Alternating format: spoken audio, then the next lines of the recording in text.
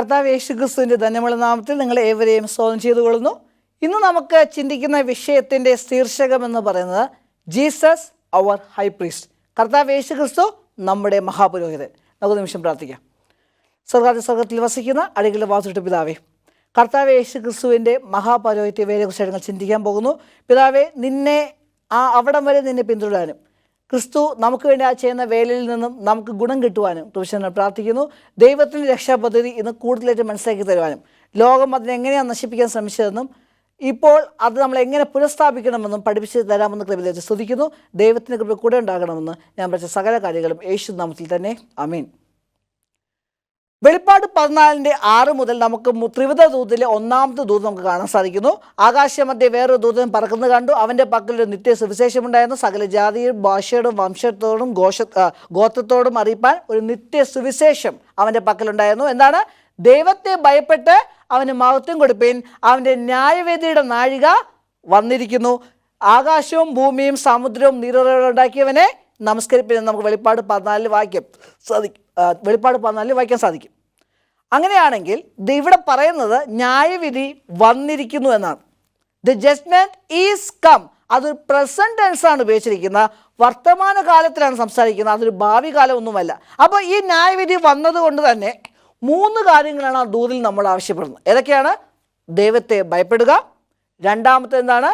അവന് മഹത്വം കൊടുക്കുക, മൂന്നാമത്തെ എന്താണ്? അവനെ ആരാധിക്കുക. കാരണം 7-ാം തീയതി കാണാൻ അവനാണ് നമ്മുടെ സൃഷ്ടാവെന്ന് പറയുന്നുണ്ട്. അപ്പോൾ ഓരോന്നായിട്ട് നമുക്ക് ചിന്തിക്കാം. ദൈവത്തെ ഭയപ്പെടുക. അപ്പോൾ യഥാർത്ഥത്തിൽ നമ്മൾ ദൈവത്തെ ഭയപ്പെടുന്നമോ? പേടിയോടെ നമ്മൾ ദൈവത്തേക്ക് നോക്കണമോ? അതാണ് തിരുവചനം ഉദ്ദേശിക്കുന്നത്. എന്താണ് ഭയപ്പെടുക എന്ന് ഉദ്ദേശിക്കുന്നത്? 2 തിമോത്തി 1:7 പറയുന്നു, ഭീരുത്വത്തിൻ്റെ ആത്മാവിനെ അല്ല, ശക്തിയുടെയും സ്നേഹത്തിൻ്റെയും സുബോധത്തിൻ്റെയും ആത്മാവിനെ അത്രേ ദൈവം നമുക്ക് നൽകിയത്. അതുകൊണ്ട് ദൈവം നമ്മൾ ഒരിക്കലും അങ്ങനെ പേടിയല്ല ദൈവം എന്ന് ഉദ്ദേശിക്കുന്നത്. പിന്നെ എന്താണ് ഈ ഭയം? ദൈവത്തെ ഭയപ്പെടുക. Fear God and give glory to him. Fear God എന്ന അർത്ഥം എന്താണ്? ദൈവത്തെ ഭയപ്പെടുക എന്നതിൻ്റെ അർത്ഥം എന്താണ്? അത് ദൈവത്തിന് നമ്മുടെ ക്ഷണമാണ് നമ്മുടെ പാപത്തിൽ നിന്നും വെളിയിൽ വരാൻ, നമ്മുടെ പാപങ്ങളെ ഉപേക്ഷിക്കാൻ, ക്രിസ്തു നമ്മളെ ശുദ്ധീകരിക്കാൻ നമ്മൾ അനുവദിക്കാൻ. ആ ഒരു ക്ഷണമാണ് നമുക്ക് ദൈവത്തിൻ്റെ വചനത്തിൽ വ്യക്തമാക്കാൻ സാധിക്കും. സദൃശ്യവാക്യം 8:13 പറയുന്നു, യഹോവ ഭക്തി ദോഷത്തെ വെറുക്കുന്നതാകുന്നു. എന്താണ്? നമുക്ക് യഹോവയെ ഭയമുണ്ടെങ്കിൽ നമ്മൾ എന്ത് ചെയ്യും? ദോഷത്തെ വെറുക്കും. ഡംഭം, അഹങ്കാരം, ദുർമാർഗ്ഗം, വക്രതയുള്ള വായ് എന്നിവയെ ഞാൻ പകയ്ക്കുന്നു. അപ്പോൾ നമ്മൾ യഹോവയെ ഭയപ്പെടുന്നു എന്ന് പറയുമ്പോൾ നമ്മൾ എന്ത് ചെയ്യണം? ദോഷത്തെ വെറുക്കണം. അപ്രകാരം ഹൃദയം നമുക്ക് സ്വതവേ ഇല്ല, അത് ദൈവത്തിന് നമുക്ക് നൽകണം. ദോഷത്തെ വെറുക്കുന്ന ഒരു ഹൃദയം. ആ അശുദ്ധികൾ നമ്മളിൽ നിന്ന് മാറ്റാൻ നമ്മൾ ദൈവത്തിന് അനുവാദം കൊടുക്കണം. ക്രിസ്തു നമ്മളെ എന്ത് ചെയ്യണം? ശുദ്ധീകരിക്കണം. അപ്പോൾ ഒന്നാമത്തെ കാര്യം മനസ്സിലായി, യഹോവയെ ഭയപ്പെടണം. ന്യായവിധി വന്നതുകൊണ്ട് നമ്മൾ യഹോവയെ ഭയപ്പെടണം. അപ്പോൾ ഭയപ്പെടുക എന്ന് പറയുന്നത് പാപത്തിൽ നിന്ന് മാറി നിൽക്കുക, പാപത്തെ വെറുക്കുക, ക്രിസ്തു നമ്മളെ ശുദ്ധീകരിക്കാൻ അനുവദിക്കുക. രണ്ടാമത്തെ കാര്യം അവന് മഹത്വം കൊടുക്കുക എന്നാണ്. തിരുവചനം നമുക്ക് വ്യക്തമാക്കുന്നു. റോമർ 3:23 അനുസരിച്ച് ഒരു വ്യത്യാസവുമില്ല, എല്ലാവരും പാപം ചെയ്ത് ദൈവ തേജസ് അല്ലെങ്കിൽ ദൈവത്തിൻ്റെ മഹത്വം ഇല്ലാത്തവരെ തീർന്നു. We are all fallen short of glory of God. ദൈവത്തിൻ്റെ മഹത്വം നമ്മൾ ഇല്ലാതെ നമ്മൾ പാപം ചെയ്തതുകൊണ്ട്. അപ്പോൾ ദൈവത്തെ മഹത്വം കൊടുക്കുക എന്ന് പറഞ്ഞാൽ പാപത്തിൽ നിന്ന് ഉപേക്ഷിച്ച് നല്ല കാര്യങ്ങൾ ചെയ്തുകൊണ്ട് നമുക്ക് ദൈവത്തെ മഹത്വപ്പെടുത്താം. നമുക്ക് വായിക്കാം. 1 കൊരിന്ത്യർ 10:31 പറയുന്നു, ആകയാൽ നിങ്ങൾ തിന്നാലും കുടിച്ചാലും എന്ത് ചെയ്താലും എല്ലാം ദൈവത്തിൻ്റെ മഹത്വത്തിനായി ചെയ്യുവിൻ. അപ്പോൾ ഇവിടെ പറയുന്ന ഗീവ് ഗ്ലോറി ടു ഹിം എന്ന് പറയുന്നതും എന്തിൻ്റെ അടയാളമാണ്? ദൈവം നമ്മളെ പാപത്തിൽ നിന്നും വിളിക്കുന്നു. അപ്പോൾ സുവിശേഷം എന്നത് പാപികൾക്ക് എപ്രകാരമായാലും ദൈവത്തിൻ്റെ അടുക്കിലേക്ക് പോകാം. ഒരു വ്യഭിചാരിണിക്ക് വ്യഭിചാരിണിയായിട്ട് തന്നെ ക്രിസ്തുവിൻ്റെ അടുക്കൽ പോകാം. ഒരു കള്ളനായിട്ട് തന്നെ ക്രിസ്തുവിൻ്റെ അടുക്കൽ പോകാം. ഒരു നുണയനായിട്ട് തന്നെ ക്രിസ്തുവിൻ്റെ അടുക്കൽ പോകാം. ഒരു കോപാകുലനായിട്ട് തന്നെ ക്രിസ്തുവിൻ്റെ അടുക്കലേക്ക് പോകാം. പക്ഷേ അവൻ ക്രിസ്തുവിൻ്റെ അടുക്കൽ വന്നാൽ അവൻ മാറ്റപ്പെടണം. നിങ്ങൾ ഏത് അവസ്ഥയിലും ആയിക്കോട്ടെ, നിങ്ങൾ ക്രിസ്തുവിൻ്റെ അടുക്കൽ പോകാം. ആരും നിങ്ങൾ തടയുന്നില്ല. ദൈവം നിങ്ങളെ സ്വീകരിക്കുന്നു. ക്രിസ്തു നിങ്ങൾക്ക് വേണ്ടി മരിച്ചു, പാപക്ഷമ എല്ലാവർക്കും നൽകുന്നു. പക്ഷേ ക്രിസ്തു നിങ്ങളെ മാറ്റുവാൻ അനുവദിക്കണം. ക്രിസ്തു എന്ത് ചെയ്യും? നിങ്ങൾക്ക് ദൈവത്തെ ഭയപ്പെടാൻ നിങ്ങൾ സഹായം. നിങ്ങൾ ആ ദോഷത്തെ വെറുക്കാൻ ദൈവം നിങ്ങളുടെ ജീവിതത്തിൽ പ്രവർത്തിക്കും. അതിനുവേണ്ടി എല്ലാ കാര്യങ്ങളും ദൈവസന്നിധിയിൽ നമ്മൾ സമർപ്പിക്കുക അത്രേ വേണ്ടത്. മൂന്നാമത്തെ കാര്യം അവനെ ആരാധിക്കുക. ആകാശവും ഭൂമിയും സമുദ്രവും നീറുണ്ടാക്കിയവനെ നമസ്കരിപ്പിൻ. കാരണം ഇവിടെ 7-ാം ദിനം വിശുദ്ധ ശബത്തിലേക്ക് ശ്രദ്ധ നമ്മളെ കാണിക്കുകയാണ്. കാരണം 7-ാം ദിനം വിശുദ്ധ ശബത്ത് കാണിക്കുന്നത് 6 ദിവസം കൊണ്ട് ദൈവം സൃഷ്ടിച്ചു, 7-ാം ദിവസം നിവർത്തനം. നമുക്ക് വായിക്കാം പുറപ്പാട് 20:8-11. ശബത്ത് നാളിനെ ശുദ്ധീകരിപ്പാൻ ഓർക്ക, 6 ദിവസം അധ്വാനിച്ച് നിന്റെ വേലകളൊക്കെയും ചെയ്യുക. 7-ാം ദിവസം നിന്റെ യഹോവയുടെ ശബത്താകുന്നു. അന്ന് നീയും നിന്റെ പുത്രനും പുത്രിയും നിന്റെ വേലക്കാരനും വേലക്കാരത്തെയും നിന്റെ കന്നുകാലികളും നിന്റെ പടിവാതിലകത്തുള്ള പരദേശിയും ഒരു വേലയും ചെയ്യരുത്. 6 ദിവസം കൊണ്ട് യഹോവ ആകാശവും ഭൂമിയും സമുദ്രവും അവരുള്ള ഒക്കെയും ഉണ്ടാക്കി. 7-ാം ദിവസം സ്വസ്ഥമായിരുന്നു. അതുകൊണ്ട് യഹോവ ശബത്ത് നാളിനെ അനുഗ്രഹിച്ചു, ശുദ്ധീകരിച്ചു.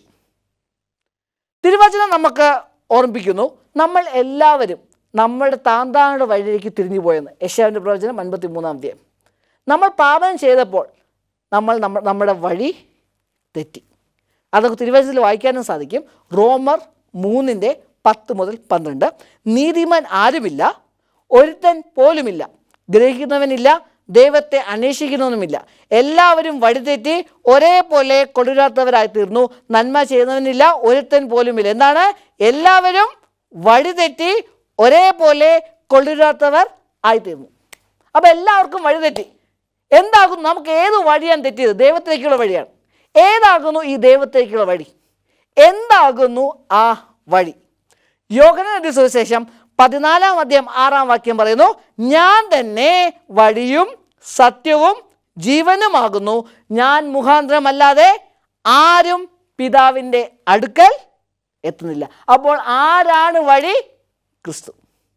നമുക്ക് ആ വഴിയല്ലാതെ ക്രിസ്തു. അപ്പോൾ നമ്മളെല്ലാവരും ക്രിസ്തുവിൽ നിന്നാണ് മാറിപ്പോയത്. അതുകൊണ്ട് രക്ഷാപദ്ധതി, plan of redemption help us to restore us in the God's way.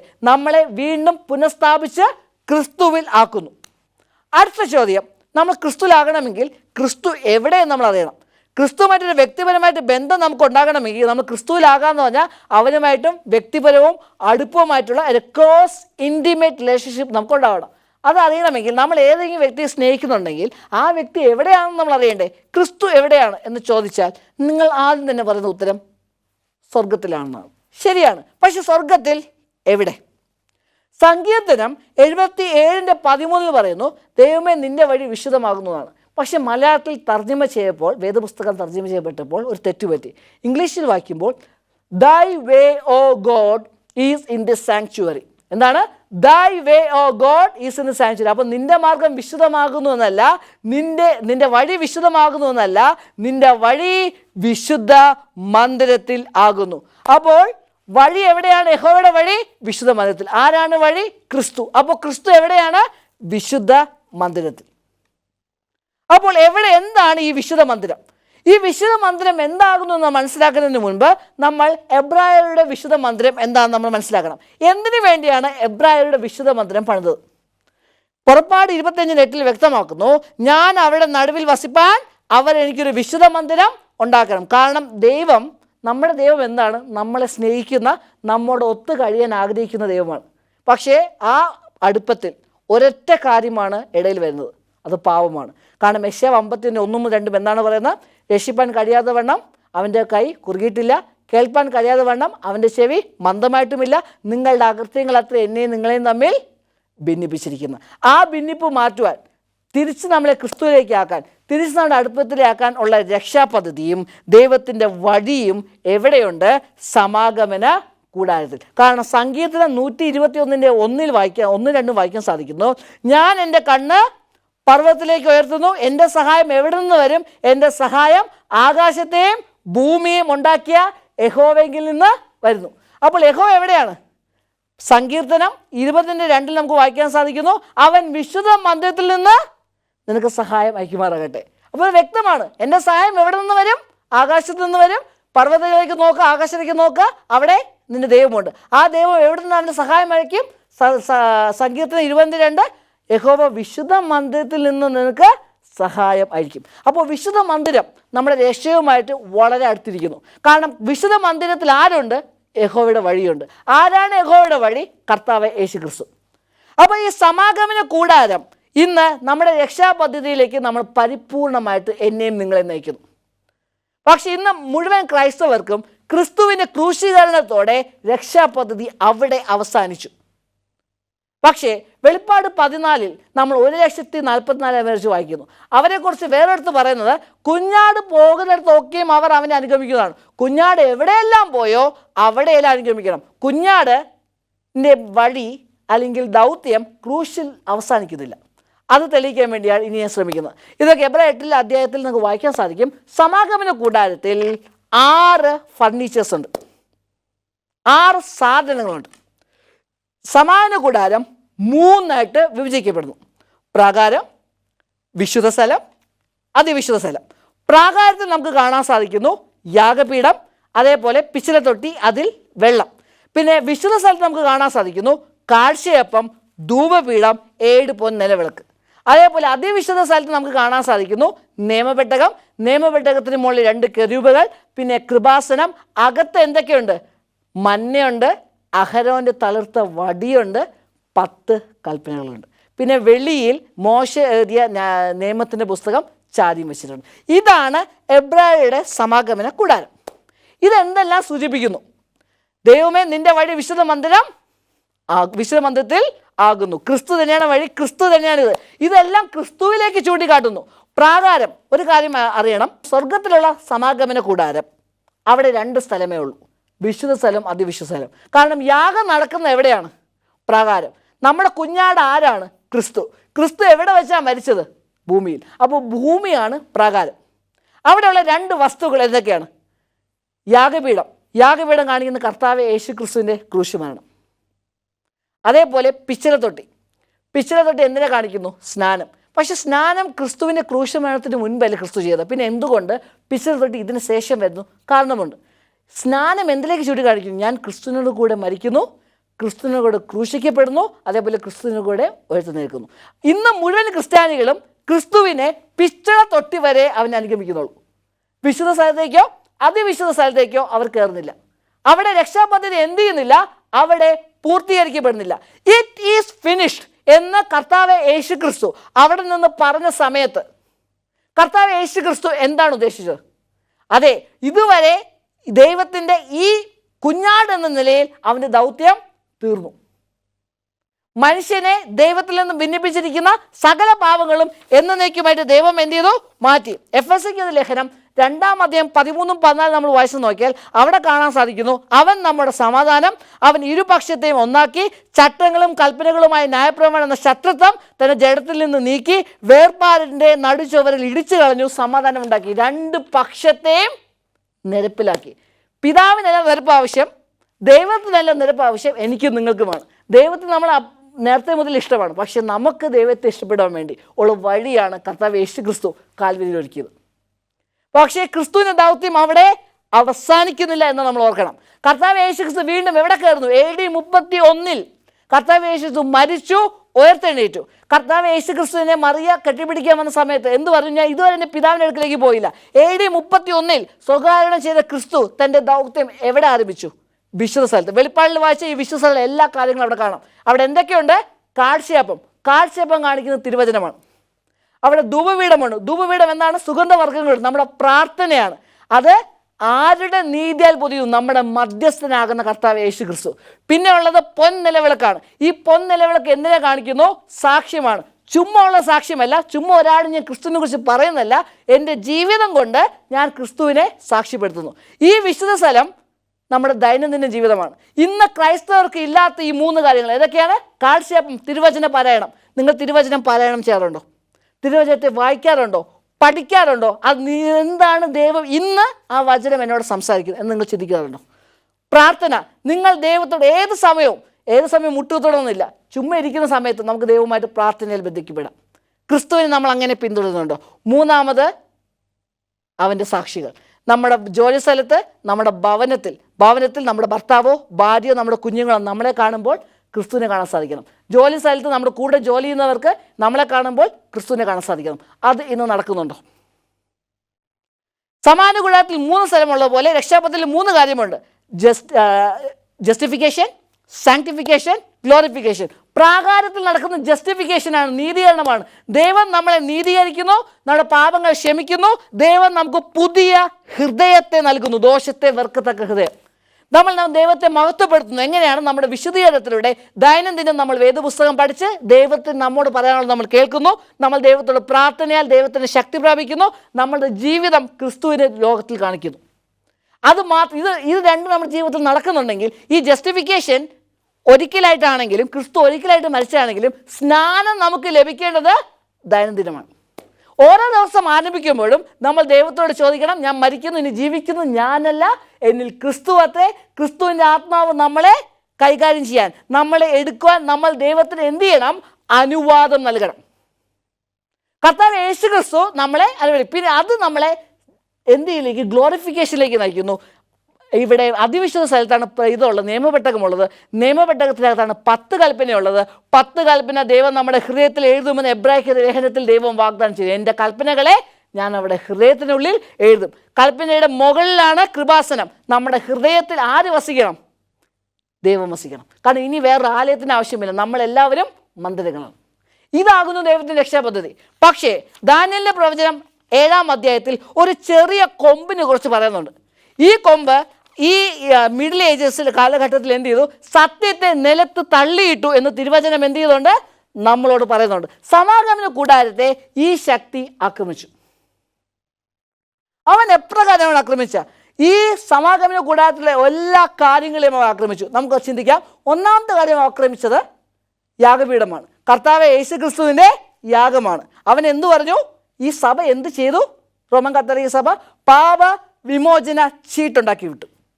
ക്രിസ്തുവിൻ്റെ മരണം പോലെ നിങ്ങളുടെ പാപം ക്ഷമിക്കാൻ ഈ പാപ വിമോചന ചീട്ടുണ്ടെങ്കിൽ നിങ്ങളുടെ പാപം ക്ഷമിക്കപ്പെടും. പെനൻസ്, പാപ വിമോചന ചീട്ട്. അങ്ങനെ അൾട്ടർ ഓഫ് സാക്രിഫൈസ്, യാഗപീഠം ഇതിന് പ്രശ്നമായി. പിന്നെ എന്താണ്? പിച്ചള തൊട്ടി, അതിൽ വെള്ളം. ഈ പിച്ചള തൊട്ടി വെള്ളം സ്നാനത്തെ സൂചിപ്പിക്കുന്നു. ആ സ്നാനത്തിന് പകരം അവർ മാമോദിസയും തളിസ്നാനവും കൊണ്ടുവന്നു. വിശ്വാസത്താലുള്ള സ്നാനത്തെ അവർ എന്നേക്കുമായിട്ട് മാറ്റി.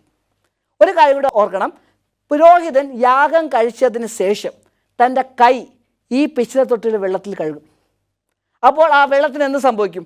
വെള്ളവും രക്തവുമായിട്ട് കലരും. നിങ്ങൾക്കറിയാമോ, കർത്താവ് യേശു ക്രിസ്തു കാലിൽ കടന്ന സമയത്ത് അവൻ്റെ വിലാപ്പുറത്ത് കുത്തി. വിലാപ്പുറത്ത് കുത്തിയപ്പോൾ എന്താണ് വന്നത്? നമ്മളെ ശുദ്ധീകരിക്കുന്ന അതേ രക്തവും വെള്ളവും. സമാഗമന കൂടാരത്തെ സൂചിപ്പിക്കുന്ന കാര്യങ്ങൾ തന്നെയാണ് കർത്താവ് യേശുവിൻ്റെ ജീവിതത്തിൽ എപ്പോഴും നടന്നുകൊണ്ടിരുന്നത്. പക്ഷെ ആ സത്യത്തെ നിലത്ത് തള്ളിയിട്ട്, അപ്പോൾ വിശുദ്ധ സ്ഥലത്തിലെ എല്ലാ കാര്യങ്ങളും നിലത്ത് തള്ളിയിട്ടു. യാഗപീഠം എന്ത് ചെയ്യുന്നു?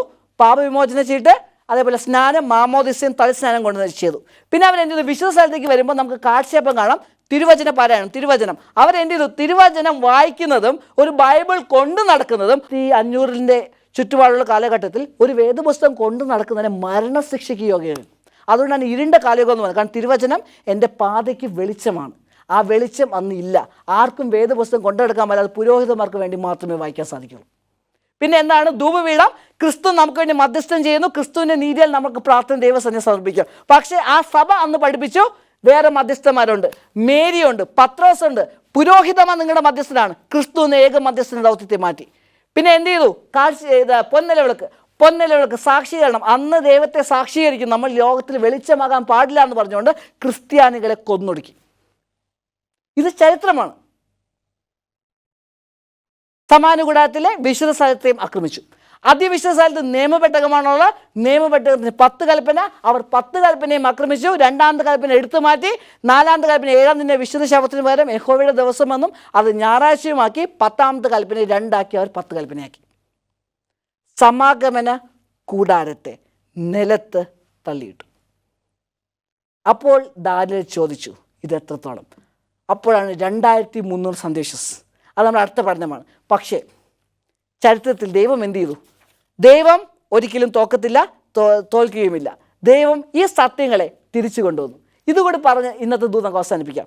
1300 ജോൺ വൈക്ലിഫ് എന്ന് പറഞ്ഞ വ്യക്തിയെ ദൈവം കൊണ്ടുവന്നു. എന്നിട്ട് കാഴ്ചയപ്പത്തെ പുനഃസ്ഥാപിച്ചു. മനുഷ്യൻ്റെ ആ കാലങ്ങളിലെ ഭാഷയിലേക്ക് വേദപുസ്തകം വിവർത്തനം ചെയ്തു. He translated the Bible. അന്ന് ഉള്ള ഈ ലൂതറൻകാരെ ഈ ജോൺ വിക്ലിഫിൻ്റെ കൂടെയുള്ള ജനത്തെ ആൾക്കാർ വിളിച്ചുകൊണ്ടിരുന്നത് ലൊല്ലാർഡ്സ് എന്നാണ്. ഫോളോവേഴ്സ് ഓഫ് വൈക്ലിഫിനെ ലോലാർഡ്സ് എന്നാണ് വിളിച്ചുകൊണ്ടിരുന്നത്. അവരെ 1300-കളിൽ ഒരു കൾട്ട് എന്ന് പറഞ്ഞുകൊണ്ട് റോമൻ കത്തോലിക്ക സഭ അവർ ഉപദ്രവിച്ചു.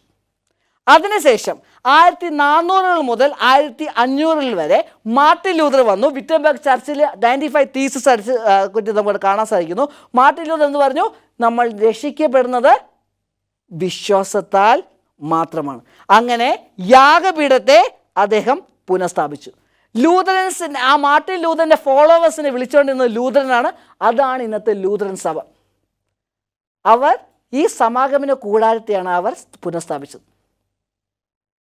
ഇന്ന് ഏതെങ്കിലും ലൂതറനെ കേൾക്കുന്നുണ്ടെങ്കിൽ നിങ്ങളുടെ സ്ഥാപകൻ ചെയ്തതാണ്. പക്ഷേ ഈ 1400 1500 കാലത്ത് റോമൻ കത്തോലിക്ക സഭ നിങ്ങളെ ഒരു കൾട്ട് എന്ന് പറഞ്ഞുകൊണ്ട് നിങ്ങളെയും ഉപദ്രവിച്ചു. പക്ഷെ അവിടെ അവസാനിക്കുന്നില്ല, ഇനിയും കാര്യങ്ങൾ പുനഃസ്ഥാപിക്കപ്പെടാനുണ്ട്. അതിനുശേഷം ജോൺ കാൽവിൻ അദ്ദേഹം വന്ന് പറഞ്ഞു, കർത്താവ് യേശു ക്രിസ്തുവാണ് നമ്മുടെ ഏക മധ്യസ്ഥൻ. നമ്മൾ കർത്താവ് യേശു ക്രിസ്തുവിനോട് നേരിട്ട് പ്രാർത്ഥിക്കാം. അങ്ങനെ അവരുടെ ഫോളോവേഴ്സിനെ പ്രിസ്ബിറ്റേറിയൻ എന്ന് വിളിച്ചു. ജോൺ കാൽവിൻ്റെ ഫോളോവേഴ്സിനെ പ്രിസ്ബിറ്റേറിയൻ എന്ന് വിളിച്ചു. അപ്പോൾ കാൽവിൻ ഇപ്പോൾ പ്രിസ്ബിറ്റേറിയൻ സഭയുള്ള അംഗങ്ങൾ എന്നെ കേൾക്കുന്നുണ്ടെങ്കിൽ നിങ്ങളുടെ സ്ഥാപകൻ ചെയ്ത് നിങ്ങൾക്ക് ദൈവത്തോട് നേരിട്ട് പ്രാർത്ഥിക്കാമെന്നും നിങ്ങൾ കത്തോലിക്ക സഭ പഠിപ്പിച്ച ദുരുപദേശത്തെ എതിർക്കുകയും ചെയ്തു. ആ പ്രിസ്ബിറ്റേറിയനെ ഉപദ്രവിച്ചത്, കൾട്ട് എന്ന് പറഞ്ഞ് ഉപദ്രവിച്ച ആരെന്നറിയാമോ? റോമൻ കത്തോലിക്ക സഭ മാത്രമല്ല, ലൂതറനും.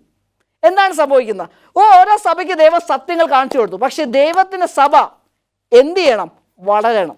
ജീവനുള്ളത് എല്ലാം വളരും. അവർക്കൊരു സത്യം ലഭിച്ചു, പക്ഷേ അവർ ലഭിച്ച സത്യത്തിനൊത്ത് നടന്നില്ല. അതുകൊണ്ട് അവർക്ക് പുതിയ സത്യങ്ങൾ ലഭിച്ചില്ല. അവർ ആത്മീയമായി ചത്തുപോയി, ചെടിയെന്ന രീതിയിൽ ജീവനറ്റുപോയി. അതുകൊണ്ട് അവർക്ക് പുതിയ സത്യങ്ങൾ പിന്നെ ലഭിച്ചില്ല. അവരെന്ത് ചെയ്തു? വീണുപോയി. അവരും വീണുപോയ സഭയോടൊപ്പം നിന്ന് പ്രിസ്ബിറ്റേറിയനെ ഉപദ്രവിച്ചു തുടങ്ങി. അതിനുശേഷം 1600-കളിൽ ജോൺ സ്മിത്തും റോജർ വില്യമും വന്ന് പിച്ചളത്തൊട്ടിയെ വീണ്ടും പുനഃസ്ഥാപിച്ചു. സ്നാനസത്യം, ഒരാൾ മുങ്ങി സ്നാനം തന്നെയാണ് ചെയ്യേണ്ടത്. അവരുടെ ഫോളോവേഴ്സിനാണ് ബാപ്റ്റിസ്റ്റ് ചർച്ച് എന്ന് നമ്മൾ വിളിക്കുന്നത്. ഇന്നത്തെ ബാപ്റ്റിസ്റ്റ് ചർച്ചിലെ മെമ്പേഴ്സിനെ കേൾക്കുന്നുണ്ടെങ്കിൽ നിങ്ങളുടെ സ്ഥാപകൻ ജോൺ സ്മിത്തും റോജർ വില്യവുമാണ് നിങ്ങളെ സഭയെ സ്ഥാപിച്ചത്. ബാപ്റ്റിസം എന്ന സത്യത്തെ തിരികെ കൊണ്ടുവന്നു. പക്ഷേ ആ കാലഘട്ടത്തിൽ നിങ്ങളെയും കൾട്ടെന്ന് പറഞ്ഞുകൊണ്ട് ലൂതറൻസും പ്രിസ്ബിറ്റേറിയനും കാത്തലിക്സും നിങ്ങളെ ഉപദ്രവിച്ചു തുടങ്ങി. 1700-കളിൽ ജോൺ വിസ്ലി എന്ന് പറഞ്ഞ വ്യക്തി എന്ത് ചെയ്തു? 7 പൊൻനിലവിളക്കിനെ പുനഃസ്ഥാപിച്ചു. അദ്ദേഹം എന്ത് ചെയ്തു? സുവിശേഷത്തിൻ്റെ പ്രാധാന്യവും മിഷനറി വർക്കും അദ്ദേഹം ആരംഭിച്ചു. അദ്ദേഹത്തിൻ്റെ ഫോളോവേഴ്സിനെ നമ്മൾ മെത്തോഡിസ്റ്റ് എന്ന് വിളിച്ചു. എന്നെ കേൾക്കുന്ന മെത്തോഡിസ്റ്റ് സഹോദരങ്ങളെ, നിങ്ങളുടെ സഭ സ്ഥാപിച്ചത് 7 പൊൻനിലവിളക്കാണ്. പക്ഷേ നിങ്ങളെയും അവർ ഉപദ്രവിച്ചു, ലൂതറനും പ്രിസ്ബിറ്റേറിയനും ബാപ്റ്റിസ്റ്റും. കാരണം ഈ സഭകൾ എന്ത് ചെയ്തു? ഓരോ സത്യം അവർക്ക് ലഭിച്ചു, പക്ഷെ അവർ വളർന്നില്ല.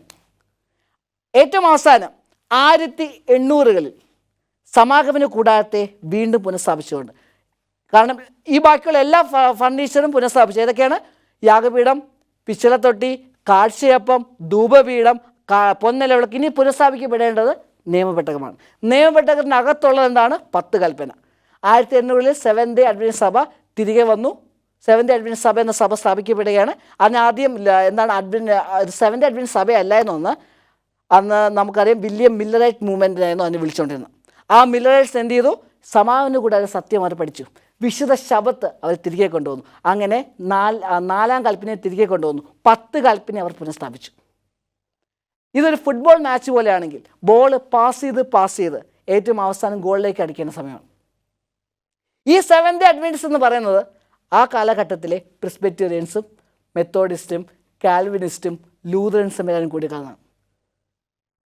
ഇന്ന് നിങ്ങൾ ഏത് സഭയുടെ അംഗങ്ങളായാലും സത്യം നിങ്ങൾ അറിയണം. സത്യം നിങ്ങളെ സ്വതന്ത്രമാക്കും. സമാഗമന കൂടാരം ദൈവത്തിൻ്റെ രക്ഷാപദ്ധതിയാണ്. അതിനെ സ്ഥാപിച്ചെടുത്തത് ഇപ്രകാരമാണ്. ഇന്ന് നിങ്ങൾ ഏത് വശത്ത് നിൽക്കുന്നു? തിരുവചന സത്യപ്രകാരം നമ്മൾ ജീവിക്കാൻ ആഗ്രഹിക്കുന്നുണ്ടോ? സത്യസഭയോട് ചേരാൻ നിങ്ങൾ ആഗ്രഹിക്കുന്നുണ്ടോ? നമുക്ക് പ്രാർത്ഥിക്കാം. സ്വർഗത്തിൽ വസിക്കുന്ന അടികളെ വാർത്തിട്ട് പിതാവേ, കർത്താവ് യേശു ക്രിസ്തു എന്ന ആ മഹാപുരോഹിതൻ്റെ പുരോഹിതൻ്റെ വേല അടികൾക്ക് പഠിപ്പിച്ചെന്ന് ദൈവത്തെ സ്തുതിക്കുന്നു. പിതാവെ, സമാഗമന കൂടാര സത്യങ്ങൾ പുനഃസ്ഥാപിക്കപ്പെടുവാൻ ദൈവം ഉപയോഗിച്ച വ്യക്തികൾക്ക് വേണ്ടി ദൈവത്തെ സ്തുതിക്കുന്നു. പിതാവെ, പിതാവെ ഇപ്പോൾ വന്നെത്തിയിരിക്കുന്നു ഈ സത്യസഭയുടെ കൂട്ടാളികളാവാനും സമാഗമന കൂടാരത്തിൽ ക്രിസ്തുവിനെ പിന്തുടരാനും 3 സ്ഥലങ്ങളിലും, പ്രാകാരത്തിലും, വിശ്വസലും അതിവിശ്വസലവും, അങ്ങനെ നമ്മുടെ ജീവിതത്തിൽ നീതീകരണം നടക്കാനും വിശുദ്ധീകരണം നടക്കാനും മഹത്വീകരണം നടക്കാനും സഹായിക്കണമെന്ന് ഞാൻ പറഞ്ഞ സകല കാര്യങ്ങളും യേശുനാമത്തിൽ തന്നെ. ആമേൻ.